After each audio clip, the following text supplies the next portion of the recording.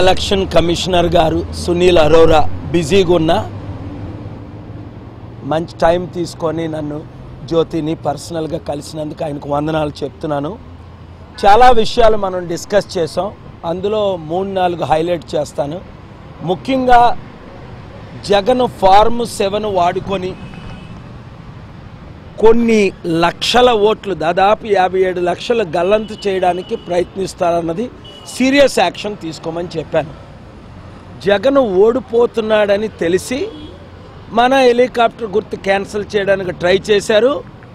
Election commissioner గారు మనకి helicopter గుర్తు ఇచ్చేశారు. ఆయన ఇచ్చిన అప్లికేషన్ రిజెక్ట్ చేశారు. 2 3 ఏప్రిల్ 11 ఎలక్షన్ మే 2nd వీక్ 4వ విడతలో కానీ 5-6 విడతలో కానీ చేయమని నేను పర్సనల్గా రిక్వెస్ట్ చేస్తే అది చట్టవిరుద్ధం అని ఏదో కాన్స్టిట్యూషన్ బుక్ చూపించి నాకు చూపించారు. మరి పోస్ట్పోన్ చేయలేము అని అన్నారు. అయితే నేను అన్నాను, మరి మినిస్టర్లు కలిశాను, క్యాబినెట్ మెంబర్స్ అది కలిసాం కదండి, అయినా ఇప్పుడు ఎవరూ చేయలేరు. ఏప్రిల్ 11నే ఆంధ్ర తెలంగాణ ఎలక్షన్స్ జరుగుతున్నాయని చెప్పారు. చట్ట ప్రకారం మనం అందరం ప్రిపేర్ అయ్యి అదే డేట్కి నేను రిక్వెస్ట్ చేస్తుంది.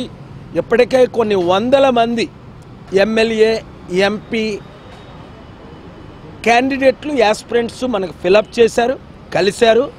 రేపటి నుంచి జాయినింగ్స్ ఉంటాయి. నేను విజయవాడలో రేపు ఐలాపురం హోటల్లో ఉంటున్నాను. రేపటి నుంచి యాస్పిరెంట్స్ క్యాండిడేట్స్ కొత్తవారు జాయిన్ అవుతున్నారు. మేము టికెట్స్ కూడా వీలైతే 20వ తారీఖు లోపునే అనౌన్స్ చేయడం జరుగుతుంది. ఎమ్మెల్యేగా నిలబడాలన్నవారు, ఎంపీగా నిలబడాలన్నవారు, ప్రజాశాంతి పార్టీకి 50% ఓట్లు ఉన్నాయని మీ అందరికీ తెలుసు.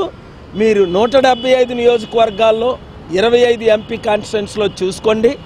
జగన్కి 15, చంద్రబాబు నాయుడు గారికి 16-17, పవన్కి 3-4% మాత్రమే ఉంది. బడుగు బలహీన వర్గాల ఏకైక పార్టీని గెలిపిద్దామని ఆంధ్రాని అమెరికా చేయాలంటే కేఏ పాల్ ఎవరు నాకు నోట్ పంపించారు. పాల్ రావాలి, పాలన మారాలి.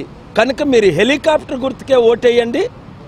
ఇప్పుడు ఎలక్షన్ కమిషనర్ గారు చెప్పేశారు డేట్లు పోస్ట్పోన్ చేయవు గనక మనం కంటిన్యూ అయిపోవాలి అవసరం ఉంది.